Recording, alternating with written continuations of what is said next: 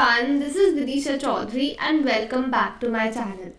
So in this video we are going to see that अब ये जो हमारे पास लास्ट 3 महीने बचे हैं CBSE बोर्ड्स के लिए, इन्हें हम किस तरह से अच्छे से यूटिलाइज कर सकते हैं. ठीक है. नाउ इस वीडियो में मैं आपको कुछ ऐसी टिप्स बताऊंगी, अगर वो आप फॉलो करते हैं देन ट्रस्ट मी आपकी जो प्रेपरेशन है वो बहुत अच्छे लेवल पे हो जाएगी. एंड अगर अभी तक आपने बहुत सीरियसली पढ़ाई शुरू नहीं करी है and you are really tense, then trust me ये सारी चीज़ें करने से आपकी प्रेपरेशन काफ़ी फास्ट हो जाएगी और आप एक अच्छा अमाउंट ऑफ सिलेबस कवर कर पाएंगे अपने बोर्ड्स तक. Got it. So let's start. First of all हमें क्या करना है, take a look at your syllabus, make a list of those chapters that you have not completed and then segregate them into easy and hard. तो सबसे पहले अपना एक syllabus खोल लो, या तो जो CBSE की वेबसाइट पे है या आपने जो सेशन की स्टार्टिंग में कहीं पे सिलेबस लिखा होगा उसको देखो. देन उसमें से सेग्रीगेशन करो कि ऐसे चैप्टर्स जो आपने बहुत अच्छे से कंप्लीट कर लिए हैं और ऐसे चैप्टर्स जो अभी तक आपने छुए भी नहीं हैं या फिर वो भी बहुत अच्छे से कंप्लीट नहीं हो पाए हैं. इस तरह से दोनों तरह के चैप्टर्स की लिस्ट बना लो. देन ये जो चैप्टर्स है ना नॉट कंप्लीटेड वाले, इनमें अब हमें सेग्रीगेशन करना है इजी एंड हार्ड. ऐसे चैप्टर्स जो आपको इजी लगते हैं शॉर्ट चैप्टर्स हैं, वेयर एज ऐसे चैप्टर्स जो आपको हार्ड और लेंदी लगते हैं उनकी एक अलग लिस्ट बना लो. ना आई वुड सजेस्ट दैट ये वाले जो चैप्टर्स हैं हार्ड एंड लेंदी चैप्टर्स, इन्हें हम पहले कवर करेंगे, बिकॉज अगर ये मेजर चंक ऑफ चैप्टर्स अभी कंप्लीट हो जाते हैं देन बोर्ड्स के टाइम पे ना हम बहुत ज़्यादा पैनिक नहीं करेंगे दैट ये तो इतना बड़ा चैप्टर है, अभी ये बिल्कुल पूरा का पूरा ही बचा पड़ा है. ठीक है, फिर ऐसा नहीं होगा. सो आई वुड सजेस्ट ये जो हार्ड चैप्टर्स हैं, लेंदी चैप्टर्स हैं, इनको आप पहले कंप्लीट कर लो एंड आफ्टर दैट फिर इजी वाले चैप्टर्स करना. Got it. अब देखो, जो आपके चैप्टर्स नहीं हुए हैं उनको आपको पढ़ना कैसे है, मैंने ऑलरेडी एक वीडियो बनाई है जिसमें मैंने हिस्ट्री के लिए कुछ स्ट्रैटेजीज बताई हैं. ठीक है, जिस तरह से मैंने उसमें आपको बताया है कि किस तरह से आपको अपनी बुक को पढ़ना है, आई वुड सजेस्ट कि उसी चीज़ को आप अपने हर सब्जेक्ट में फॉलो कर सकते हैं. Now let me just repeat it कि किस तरह से आप पढ़ सकते हैं. तो first of all I would suggest take out time for your previous year questions. एक बार आप चैप्टर का ओवरव्यू ले लो. ओवरव्यू लेने के बाद ओपन योर PYQs. PYQs देखने से क्या होता है, आपको इम्पॉर्टेंट टॉपिक्स का पता लग जाता है कि कहाँ से हर साल क्वेश्चंस रिपीटेडली पूछे जाते हैं. Got it. एंड देन आप अपनी NCERT खोल के बैठो और उसे थॉरली पढ़ो, बिकॉज अब और टाइम नहीं है कि दोबारा से पढ़ लेंगे, अभी सिर्फ फटाफट से पढ़ लेते हैं. Now there is no time to do that thing. समझ में आ रही है. So what you have to do, previous year question पढ़ने हैं, उसके बाद थॉरली NCERT शांति से बैठ के पढ़नी है without any distractions. Got it. Now अब इस टाइम पे सबसे इम्पॉर्टेंट चीज़ है रिविजन. हमें रिपीटेड रिविजन्स करने हैं सारे चैप्टर्स के, सारे सब्जेक्ट्स के. अब देखो नॉर्मली क्या होता है, हमने अगर 1 नवंबर को एक चैप्टर कर लिया, नाउ हम उसे 15 नवंबर को फिर से उठाएंगे दैट चलो एक बार खोल के देख लेते हैं. ऐसा नहीं होना चाहिए. अगर आपने 1 नवंबर को पढ़ा है तो फिर 3 नवंबर को एक बार फिर से उसको खोल के बैठ जाओ, आधा घंटा उसको दो रिवाइज करने के लिए. ठीक है, उसके बाद 5 नवंबर उसे फिर से लेके बैठो. इस तरह से क्या होगा, अगर आप रिपीटेडली रिवाइज करते रहेंगे वो चैप्टर आपके दिमाग में बहुत अच्छे से फीड हो जाएगा. फिर वो जो भूलने वाली प्रॉब्लम आती है ना कि हमने पढ़ा था भूल गए, वो नहीं होगा. बिकॉज अगर काफ़ी दिन बाद स्टार्ट करते हैं ना देन हमें 0 से स्टार्ट करने पड़ेगा वो चैप्टर. समझ में आया.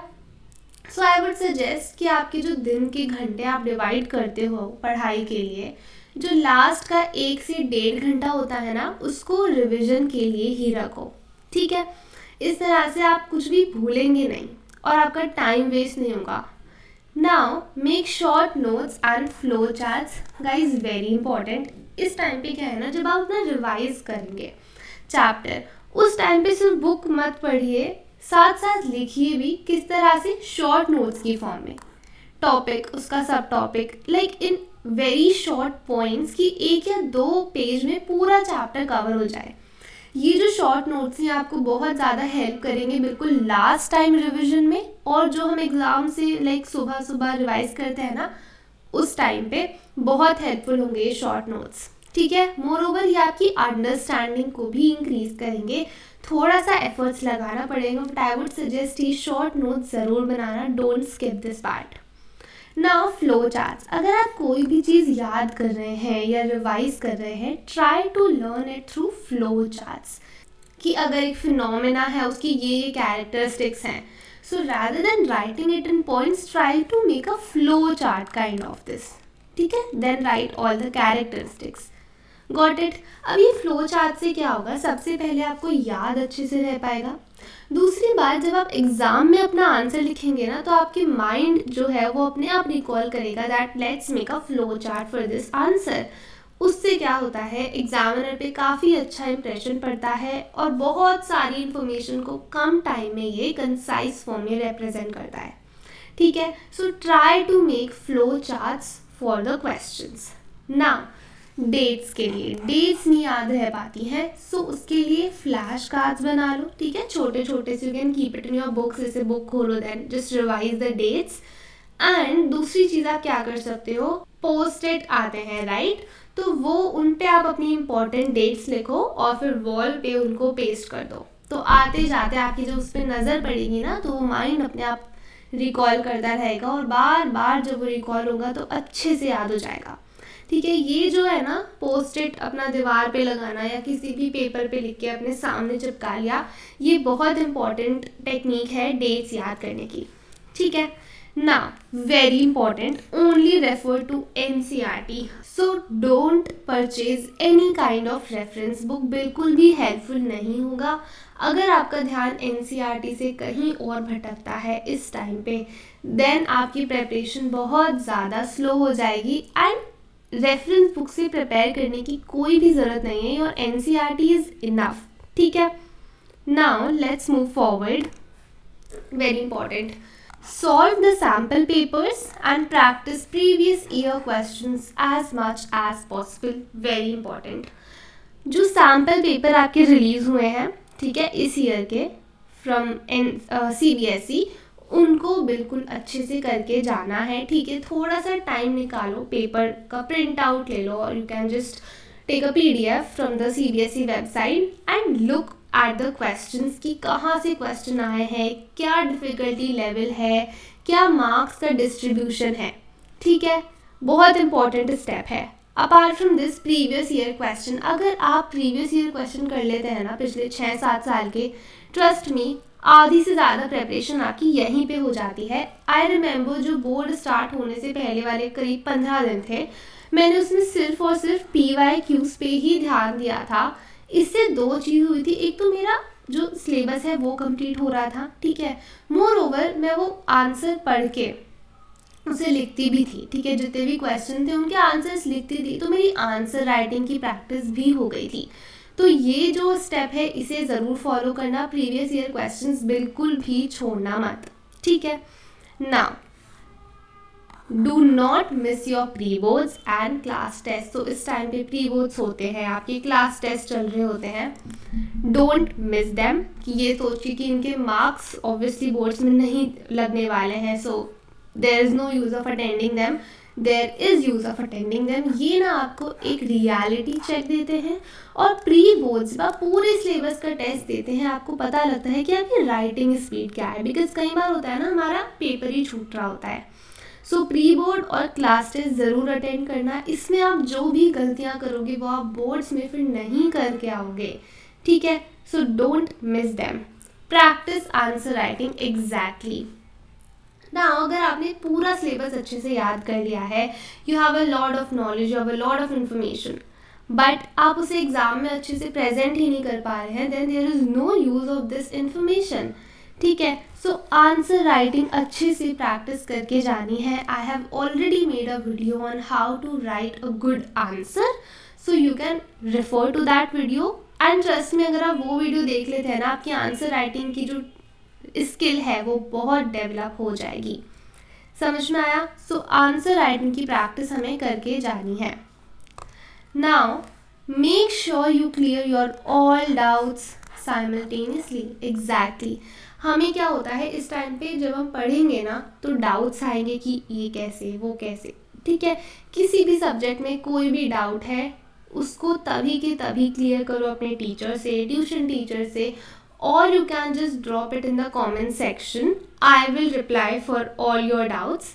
ठीक है, सो वो डाउट्स जो है उन्हें इकट्ठा मत करो कि ठीक है मैं सारे डाउट्स एक साथ बाद में पूछ लूँगा, वो फिर नहीं होते हैं. एंड जब ये जो डाउट्स होते हैं ना ये क्वेश्चन की फॉर्म में एग्जाम में आ जाते हैं, देन हमें फिर रिग्रेट होता है जो हमें नहीं करना है. ठीक है, सो जो डाउट्स हैं इन्हें हमें साथ के साथ ही क्लियर करते जाना है. Don't collect these doubts. ठीक है, कि बाद में एक साथ पूछेंगे. Very important tip. Now say no to all your distractions. Very crucial time. ये जो 3 महीने हैं आपकी प्रेपरेशन को ये बहुत अच्छे लेवल पे लेके जा सकते हैं, ट्रस्ट मी गाइज.